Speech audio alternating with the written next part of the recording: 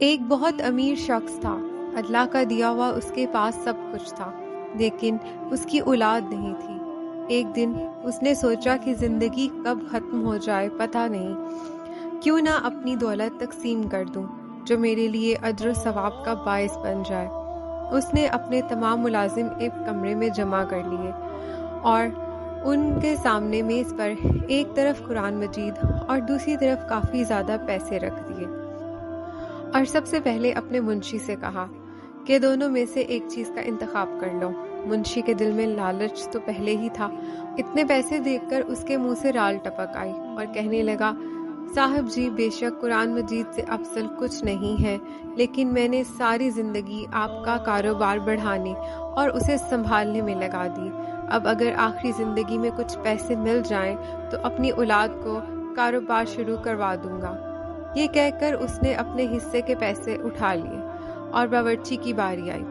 اس نے کہا، میرا دل تو بہت کرتا ہے کہ قرآن مجید کا انتخاب کروں، لیکن میری بیوی بیمار رہتی ہے اور بچوں کے اخراجات بھی پورے نہیں ہوتے، اس لیے میں مجبور ہو کر پیسوں کا انتخاب کروں گا۔ یہ کہہ کر باورچی نے بھی اپنے حصے کے پیسے اٹھا لیے۔ آخر میں گھر کی صفائی کرنے والی نوکرانی کی باری آئی تو امیر شخص نے کہا، مجھے پتا ہے کہ تم پیسوں کا انتخاب کرو گی اور تمہیں پیسوں کی سب سے زیادہ ضرورت ہے، اس لیے تمہارا انتخاب بھی پیسے ہی ہوں گے۔ لو اپنا حصہ بھی اٹھا لو۔ نوکرانی کہنے لگی، صاحب جی، ساری زندگی میں نے تنخواہ لی اور پیسے کمائے، میری ضرورت بہت محدود ہے جو کہ کم پیسوں میں بھی پوری ہو جاتی ہے۔ اب کیوں میں دنیاوی مال و دولت کے پیچھے دو جہان کے بادشاہ قرآن مجید کو لینے سے انکار کر دوں۔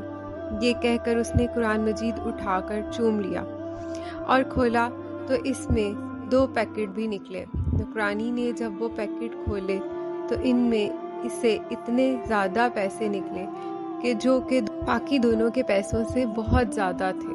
وہ حیران رہ گئی۔ امیر شخص مسکرایا اور بولا، یہ اب آپ کا انعام ہے۔ میں نے سوچا جو کوئی بھی قرآن مجید کو پیسوں پر ترجیح دے گا اس کو سب سے زیادہ دولت سے نوازوں گا۔ بے شک اللہ تعالیٰ پر بھروسہ کرنے والے کو کسی چیز کی کمی نہیں ہوتی۔